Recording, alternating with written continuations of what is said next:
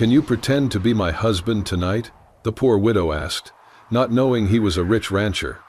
Eldridge County, Wyoming Territory, autumn 1879. The storm rolled in fast over the hills, swallowing the late afternoon sun in sheets of iron-gray rain. Wind tore across the prairie, bending the grass like waves. June Mallory urged her horse forward, heart pounding harder than the thunder. Mud splashed her torn skirt, her bonnet soaked and clinging to her forehead. Behind her, hoofbeats echoed, Seth Marner's men, the man her father had promised her to, the man she would rather die than marry. Lightning cracked the sky. Her horse stumbled, slid in the slick mud, and went down. June hit the ground, pain shooting through her shoulder. She tried to rise, but her leg twisted.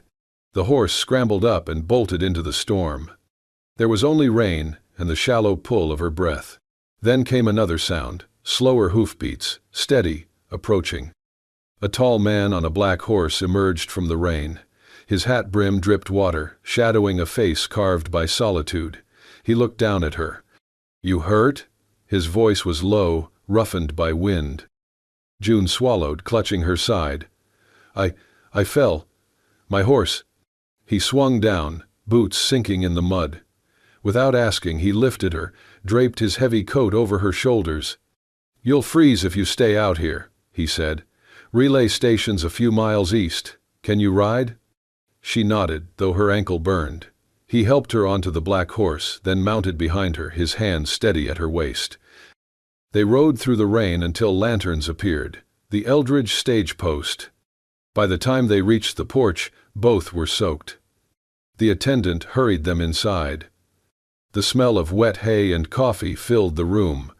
The stranger spoke first. "She needs a room and a fire." June lowered her hood, met his gaze in the light. His eyes were deep gray blue, colder than the rain but calm. "Thank you," she said softly. "I owe you." He looked away. No debt, just passing through. When the clerk returned, he frowned at June's soaked dress. "You traveling alone, ma'am?" June hesitated. "My husband was supposed to meet me here," she lied. "He must have been delayed." The clerk grunted but said nothing. He handed her a small brass key. "Room 3. Keep the fire low. Wood's short." Hours later, dry and dressed in a borrowed shift, June sat by the window, watching rain pour down. She had escaped Seth, but not for long. If anyone learned she had no papers, no husband, she'd be sent back. Downstairs, voices stirred. Then boots on stairs. A knock at her door. "Mrs. Mallory."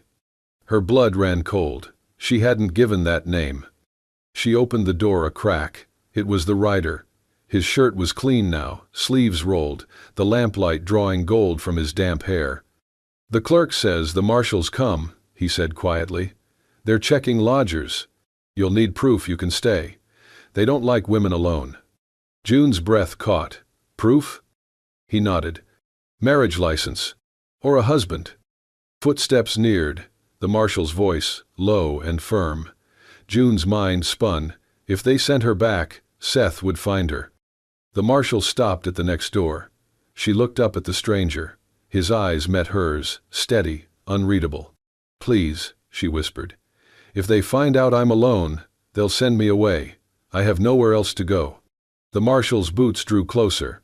Her pulse climbed into her throat. June swallowed, her voice breaking.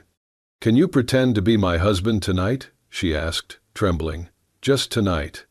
He studied her for a long moment. Then, without a word, he reached for her hand. When the marshal knocked, the stranger opened the door calmly, his voice smooth as worn leather. "Evenin', Marshal," he said. "Name's Rowan DeWitt. My wife was just about to rest." The marshal's gaze flicked between them, the woman in the borrowed gown, the man's hand still holding hers. Then he tipped his hat. "Welcome to Eldridge, Mr. and Mrs. DeWitt. Hope the weather's kinder than the road." As the door shut, June exhaled shakily. Rowan released her hand, his face unreadable. "Thank you," she murmured. He nodded, turning toward the fire. "One night, you said." June's heart still pounded. "Yes," she whispered. "Just one night." Outside, the rain eased into silence, but the air between them stayed charged, a storm waiting to break again. By morning, the sky over Eldridge had cleared, leaving only a trail of wet earth and clouds like smoke drifting across the pale blue. Inside the station office, the town registrar hunched over a dusty ledger, scratching names into the pages with a squeaky nib. June stood beside Rowan, her hands clenched in front of her skirt, heart pounding as if it were still galloping through last night's storm. The official looked up. "Name?" "Rowan DeWitt," Rowan said calmly. "And the lady?" "My wife, June." There was the briefest pause before he said it, but no hesitation. His voice was quiet, even, like this was something he had said before. June looked at him, but he didn't return the glance. The registrar gave a disinterested grunt and scribbled them in. "You're both cleared for settlement. Town ordinance gives married couples 1 month's lodging or a land grant, your choice." "Land," Rowan said. That afternoon, they were handed the keys to a small tract of land just east of town, nestled beside the river, where cottonwoods grew tall and the hills curled like sleeping beasts. It had once been a way station for passing herders, long since abandoned. The barn leaned like it was listening to the wind, and the main cabin had only one room and a stove that coughed when lit. June stood at the doorway, clutching the satchel of supplies the clerk had given them, unsure whether to step inside. Rowan was already untying the pack mule and lifting down the bundle of firewood. "You should dry off," he said without looking up. She entered slowly, glancing around the bare space.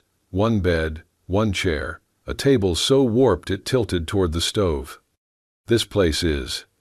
It'll hold through winter," he said, "once we patch the roof." That evening, as twilight crept in, Rowan lit a fire and laid a blanket on the floor near it. He didn't take the bed, and he didn't ask her to. Instead, he stepped outside to chop more wood. June watched him from the window, arms strong and silent, as the axe split through the damp logs. When he came back in, his boots left muddy half-moons on the floor. He placed the stack by the stove, then unwrapped 2 biscuits from a cloth and set one down in front of her. "You eat first," he said. She looked at the rough bread, steam still rising from the center. "You did not have to do all this," she said. Rowan shrugged, sitting on the floor near the fire. "Better than letting you freeze." She sat across from him, unsure of how to hold her body, how to meet his eyes. The flicker of the fire caught the sharp edge of his jaw, the scar that cut through one eyebrow. "Why did you do it?" she asked softly. "Pretend for me like that?" He did not answer for a moment. Then he looked at her and said, "You looked like someone who had run too far to be sent back." That night, she lay on the bed, staring at the cracked ceiling, while Rowan slept against the wall near the fire. He had given her his coat to use as an extra blanket. When she woke just before dawn, the cabin was warm, the stove still glowed faintly, and the firewood pile was stacked fresh. Her boots, once ripped at the sole, had been mended with careful stitches. She stood there, holding them in her hands, staring. No man had ever fixed something for her without asking something in return. Outside, the river whispered through the trees. Rowan was nowhere in sight, but smoke curled from the chimney, steady and thin, like a promise. She set the boots down slowly and whispered to the quiet room, "Who are you, Rowan DeWitt?" There was no answer but the sound of the river and the distant cry of a hawk overhead. The sun had climbed high by the time they finished repairing the western fence. Rowan stood shirtless beneath the mid-morning light, shoulders tensed as he drove the last nail into place. June wiped sweat from her brow with the back of her sleeve and stepped closer, her basket of tools in hand. "You're bleeding," she said, pointing to a fresh gash near his collarbone. The wire must have snapped while he was stretching it. He glanced down. "It's nothing." "It's open. Come here." She took a cloth from the basket, dipped it in the tin of cool water they had brought, and reached for his shoulder. Rowan didn't flinch. He watched her with that same quiet, unreadable look he always wore, though something in his eyes had shifted, less guarded, more intent. June focused on the wound. "I've seen worse. Years ago, I helped a man who'd been swept away in a flash flood down near the Kansas border. Torn up bad, leg broken, barely breathing. I thought he was dead when I found him." Rowan stilled. Her voice softened as she worked. "I dragged him into an old shed and stitched his leg with a sewing needle and thread I'd stolen from a traveling merchant. It was raining so hard I couldn't hear him breathe. Just watched his chest rise and fall all night, like it might stop at any second." Rowan's breath caught just slightly.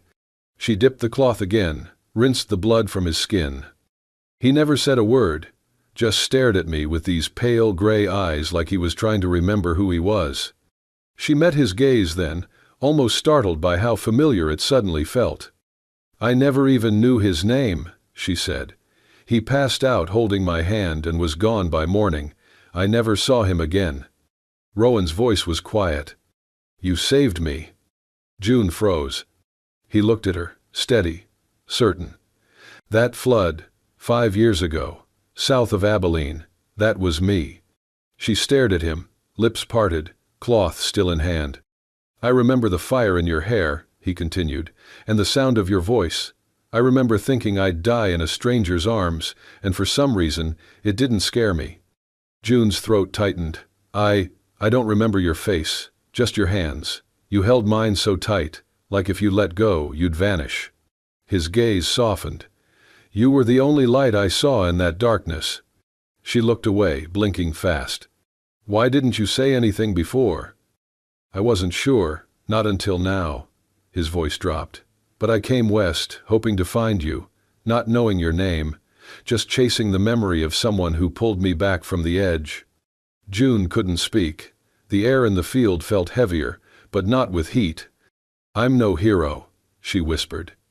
"You didn't have to be," he said. "You were kind. That's rarer than anything out here."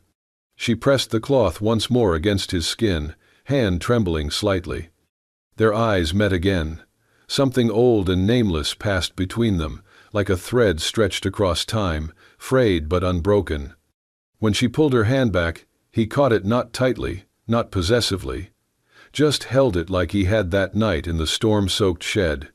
Neither of them spoke. In the distance, a hawk called above the trees, and the river carried on, unaware. It was market day in Eldridge, and the town bustled with motion. Wagons lined the square, chickens clucked underfoot, and the smell of warm bread mingled with horse sweat and sawdust.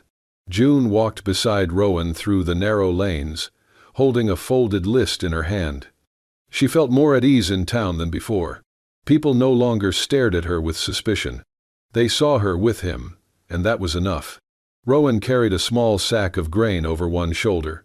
He wore a plain shirt and work trousers, the same as every other man, but still he stood out. It was the way he moved, unhurried, deliberate, like someone used to having the world wait for him. They paused by the blacksmith's post to check on new horseshoes. The old smith, a sunburned man with one good eye, looked up from his work. "Mr. DeWitt," he said, nodding respectfully, "thought you'd left this place for good." June blinked. Rowan gave a short nod, just passing through. But the blacksmith wasn't the only one. As they moved through town, more eyes followed them. A woman at the dress shop curtsied. A ranch hand tipped his hat and whispered, "That's him."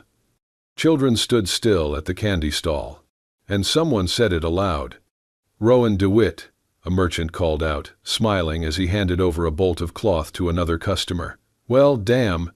Thought you were back east for good." June stopped walking. Her hand tightened around the list. Rowan didn't look at her. It was only a moment, but the silence between them grew sharp. She didn't speak again until they were outside town, wagon loaded and wheels creaking along the trail. "You lied to me," she said quietly. Rowan didn't respond at first. The reins were loose in his hands.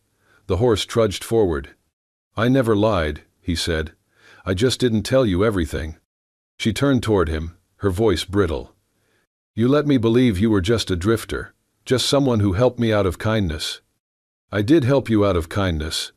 You are Rowan DeWitt, the Rowan DeWitt. People in Eldridge talk about you like you're a legend. Your family owns half the valley. You walked away from it all, why?" He looked at her then. Because none of it felt real. I grew up in a house where no one meant what they said. Men cared more about the name on a gate than the woman they married. I left that behind a long time ago." June looked out across the hills. The wind caught her hair, lifting the strands like smoke. "So what am I?" she asked. "Another rescue? Another broken thing you can fix to make yourself feel whole again?" His brow furrowed. "That's not what this is." "Then what is it, Rowan?" Her voice cracked. "You came here looking for me, and I did not even remember your face. You kept your name from me. And now what? I am supposed to feel honored that the great Rowan DeWitt called me his wife for a few nights?" He flinched at her words. For the first time, he looked unsure. "I did not want to burden you with who I used to be," he said. "I wanted something honest. You were the only honest thing in my life." Tears burned at the corners of her eyes, but she held them back. "This was never honest," she whispered. They rode in silence the rest of the way. When they reached the cabin, June climbed down before he could help her.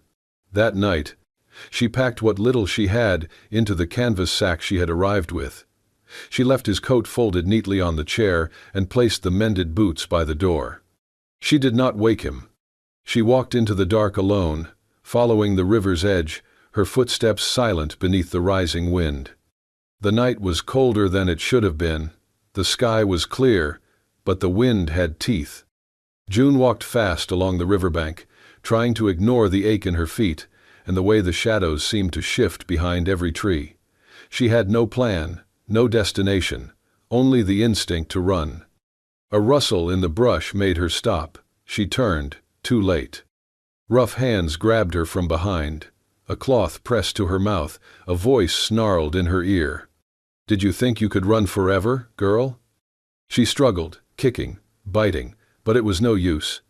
Two men hauled her onto a wagon waiting just beyond the trees. One held her down as the other tied her wrists. Seth Marner stepped into view, coat flapping in the wind, hat low over his brow. His face looked leaner, eyes more hollow, but his voice still oozed menace.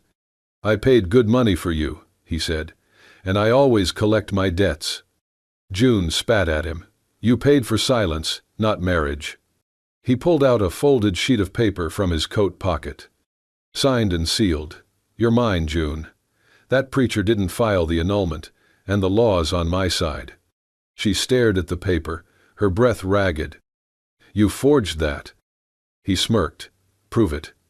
The wagon lurched into motion, heading south along the trail. June's heart pounded, her body aching with fury and fear.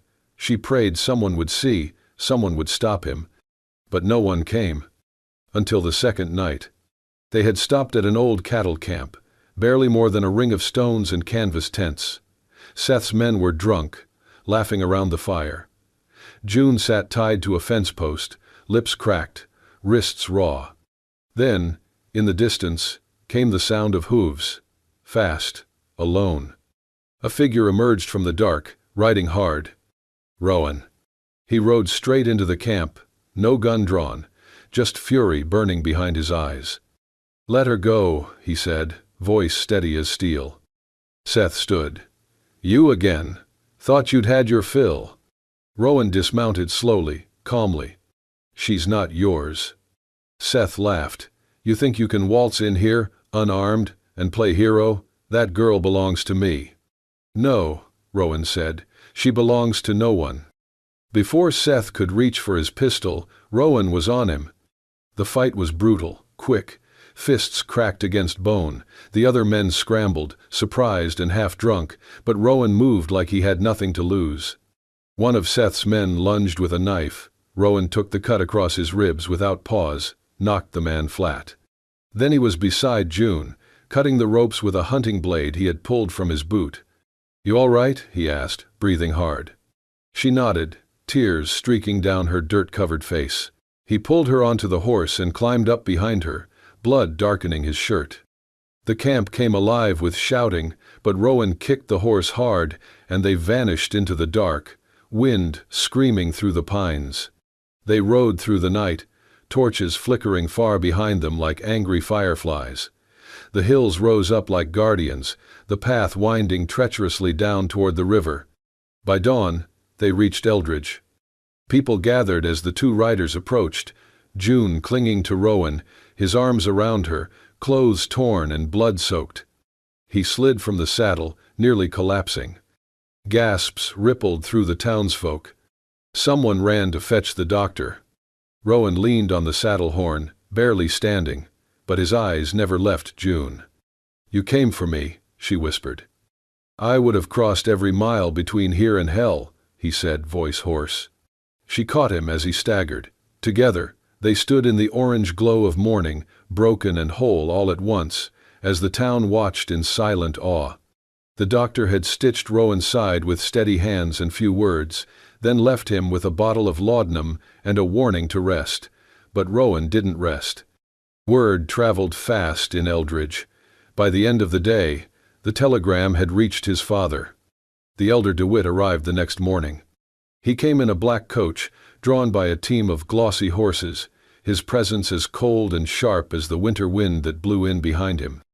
He stepped down with a polished cane, silver rings on every finger, and disdain carved into the corners of his mouth. Rowan met him in the town hall, a bandage wrapped around his ribs, his coat still blood-stained. "You look like hell," his father said. "I've seen it." The old man gave a humorless chuckle. "So, this is what you've become, a ghost in your own legacy. I walked away from that legacy, remember? You walked away from responsibility, from your name, and now you want to throw it away for a girl with no fortune, no standing, and a trail of scandal behind her?" Rowan's voice was calm. "She saved my life. Twice, once from death. Once from becoming a man like you." His father stepped closer, voice low and bitter. "If you marry her, the estate is no longer yours. The ranch, the holdings, the DeWitt name, all of it goes to your cousin Edward. You'll be cut off." Rowan looked him in the eye. "Money can be earned back," he said. "A woman like her, you only meet once in a lifetime." The elder DeWitt stared at him for a long moment. Then he turned and walked out without another word. That afternoon, Rowan stood beside June in the Eldridge courthouse. Her wrists were still red from the ropes, her dress torn at the sleeve, but she stood tall, chin high, eyes clear. The magistrate unfolded the papers brought forward by the town lawyer. "This marriage contract between June Mallory and Seth Marner is hereby deemed void under territorial law. Grounds: coercion, fraud, and lack of free consent." He looked at her. "You are no longer bound to that man. You are free." June exhaled, as if she had been holding her breath for years. Rowan stepped forward. "There's one more matter," he said. The magistrate raised an eyebrow. "Go on." Rowan turned to June, took her hand. "Nothing we've done has followed tradition," he said. "We met in a storm. We pretended out of desperation, but I meant every quiet moment since." June's eyes widened, searching his face. "You do not owe me anything," she whispered. "I know," he said. "That's why I'm asking." He reached into his coat and pulled out a simple silver ring, scratched and old.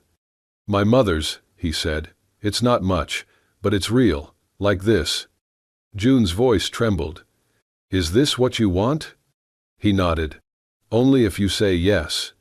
And in the quiet courtroom, with no music, no priest, no audience beyond a few curious townsfolk and one exhausted clerk, June nodded back. "Yes," she said. Rowan slipped the ring onto her finger. Outside, the wind carried a burst of late autumn leaves through the open doors, as if even the trees were ready to let go of the past. The wind rolled through the grasslands like a hymn, tugging at skirts and coat hems, carrying the scent of cedar and distant smoke. Out in the open field west of Eldridge, the townsfolk gathered, not out of obligation, but because word had spread, and something about this day felt different. A wooden platform had been built hastily with fence boards and borrowed nails. There were no ribbons, no polished pews, only a few chairs for the elders and stumps for the rest. A trail of boot prints marked where people had walked from the town square to witness what was coming. Rowan stood at the center of the platform, a simple linen shirt tucked into dark trousers, his hair combed back but wind-blown again in seconds. He waited with his hands folded, eyes searching the crowd until they found her. June stepped out from the tall grass like something the prairie had kept hidden too long. Her dress was plain but clean, her hair braided back with strips of soft leather. Around her shoulders, she wore the coat Rowan had first given her in the storm. In her hands, she carried a ring of horsehair, woven into a loop, knotted at the ends. She had made it herself the night before, sitting beneath the stars. When she reached the platform, Rowan extended a hand. She placed hers in his. He turned to face the gathering. His voice was clear and low, steady enough to cut through the wind. "The night we met, she asked me to pretend, just one night, just long enough to pass through the storm." He looked at June. "I never stopped pretending, because I never wanted to stop being hers." A hush fell over the crowd. Children leaned on their mothers. Old men removed their hats. "I lost my name once," Rowan said. "Gave it up. Didn't think it meant anything. But she gave it back to me, not because she had to, but because she believed there was still something worth saving in me." He took a breath, held her hand tighter. "That night, you asked me to be your husband." He smiled just slightly. "Today, I ask you to be my wife." June's voice, when it came, was soft but sure. "No gold, no paper, no preacher ever meant as much to me as a man who came for me with nothing but his bare hands." She lifted the braided ring and slipped it over his finger. "I'll walk beside you," she said, "not behind, not ahead, just here, where the wind is." Rowan took a matching ring from his pocket, hers, made the same way, and placed it on her hand. There was no priest, no kiss demanded by tradition. Only two people who had earned each other through fire, through loss, through quiet acts that meant everything. For a long moment, the prairie held its breath. Then someone clapped a single calloused hand and then another. The sound grew, a rhythm of approval, of hearts moved. Even those who once doubted June now rose to their feet, faces open, some even smiling through tears. They were not just witnessing a marriage. They were witnessing a choice. To start again, to be better, to love, not despite the scars but because of them. The wind howled once, and then softened. And beneath that endless western sky, Rowan and June stepped down from the platform as husband and wife, not in name alone, but in every way that mattered. The seasons passed quietly after the wedding. The cabin by the river, once weathered and bare, grew into something warmer, fuller. Rowan rebuilt the porch by hand. June planted wildflowers along the edge of the fence. They worked side by side each day, mending saddles, fixing gates, hauling water not out of obligation, but out of a rhythm that had become theirs. Rowan never returned to the DeWitt estate. Letters came for a while, sealed in heavy wax, carrying offers, inheritances, and apologies dressed in legal language. He burned them all in the stove without reading. June never asked what they said. She only watched the flames and the way Rowan's jaw tensed, then softened. He had made his choice. Their little farm grew slowly, stubbornly. Chickens scratched near the barn, and a pair of old draft horses plodded through the fields. Rowan taught reading to the neighbors' children on Sundays, using scraps of paper and hand-drawn maps. June kept a ledger, sold soap and bread to travelers, and sometimes told stories to the children while they ate. At night, they would sit on the porch, June's head resting on Rowan's shoulder, his arm around her waist. The sky above was always bigger than memory. One rainy afternoon, June was sorting through an old chest they had found in the barn, mostly filled with rusted tools and rat-nibbled blankets, when she noticed a small leather pouch tucked in the corner. Inside, folded with care, was a square of fabric, faded, stained, edges fraying. Her breath caught. It was the cloth she had used to bind Rowan's leg 5 years ago, the night she found him in the flood, the same cloth she had torn from her own dress without a second thought. She ran her fingers over it, the fabric soft from time but still holding its shape. On one edge, faintly, were initials she had stitched in with charcoal thread, not his name, but a mark to say he had been seen, that he had mattered. She turned, finding Rowan in the doorway. "You kept it," she said.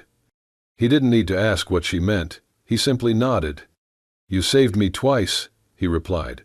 "Once with that, and once when you came back." She stood and crossed the room, pressed her palm to his chest, where the scar lay hidden beneath his shirt. "You're the only place I ever came back to." That evening, they sat on the porch together as the sun dipped low behind the hills. The golden light spilled across the tall grass, turning the prairie into a sea of fire. Crickets began their nightly song. A breeze moved gently through the cottonwoods. June leaned into him, eyes on the horizon. "That night," she said softly, "I asked you to pretend to be my husband." Rowan glanced down, a smile ghosting his lips.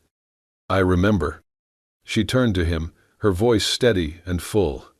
"Today I do not have to ask, I just need to be beside you." He kissed her temple, slow and sure. And as the sun disappeared behind the ridge, they sat together in silence, exactly where they belonged. And so, beneath the endless sky and the whispering grasslands, June and Rowan found not just love, but home. A love born from storms, stitched in silence, and sealed without gold or glory. Just truth, just choice. If this story stirred something in your heart, if it made you believe, even for a moment, that love can rise from the roughest soil, then hit that like button. And don't forget to subscribe to Wild West Love Stories for more tales where bullets miss but hearts don't. New stories every week, new reasons to believe. This is the Wild West, and love still rides here.